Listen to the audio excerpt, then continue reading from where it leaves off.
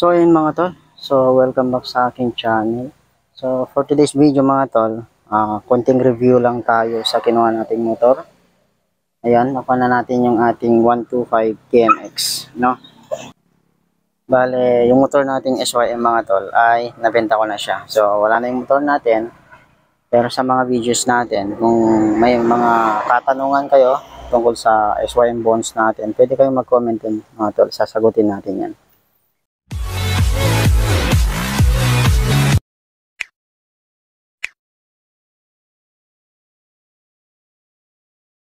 So ito nga pala yung kinuha nating motor na Honda TMX 125 mga tol. Bale ito, hindi cash to mga tol. Dahil wala tayong budget, hulugan to mga tol. No? So magbabayad tayo every month mga tol. So i-vlog natin hanggang sa makuha natin to. No? So hanggang sa ma-full payment natin. So konting review lang sa kinuha natin na motor. So almost 5 days na sa atin to mga tol.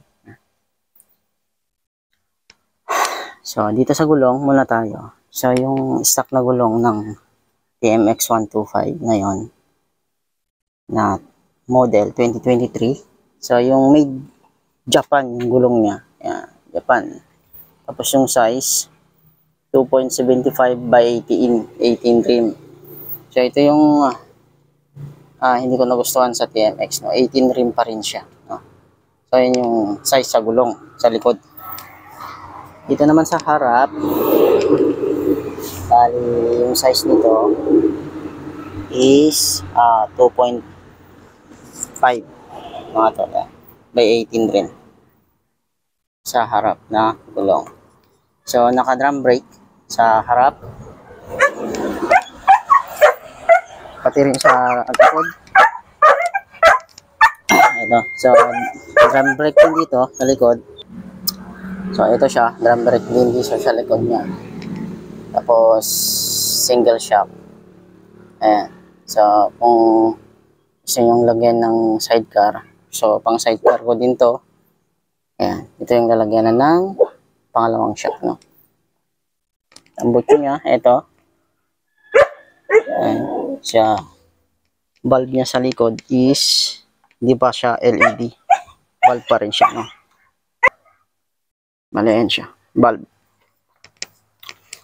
So dito sa harap niya mga tol, ganun din, bulb pa rin yung dito niya sa harap. Kahit sa headlight niya is bulb pa rin. Dito sa niya, panel gauge niya mga tol. So ito yung RPM gauge niya. Ito yung speedometer. Ayan, ignition switch.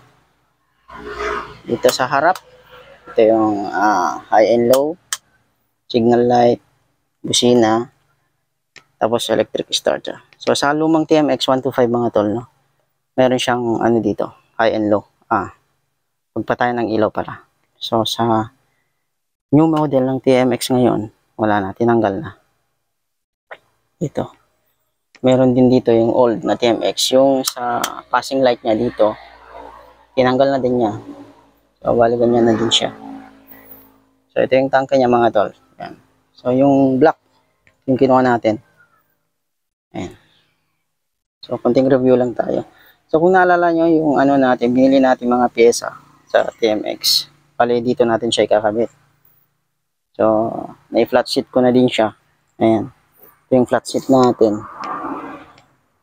Na-flat sheet na natin. Tapos, na-lower na natin ng konti dito. Bili tayo ng lowering crown para sa harap, para may lowered, no? Walay ganyan na siya ngayon. Ayan. Ito yung muna yung mga nagbago sa TMX 125 natin na kinuha. So, soon, sa mga kinabit natin, so update ko kayo soon. Gagawin ko ng video kung paano mag-lowered ng motor dito sa harap, lowering crown. Tapos yung sa rim natin na binili natin, ayun, kakabit natin yan. So yun lang yung video natin ngayon mga tol, no? Bumili din pala ako ng cover dito mga tol, na tangke niya. So ayun, tingnan mo, bagong bago pa yung motor ko. Ayan, may gas-gas na, so kailangan natin yun. So vlog natin yan No? So, yun lang mga tol, yung video natin ngayong araw. So, update ko kayo sa gagawin natin dito, no? Ride safe.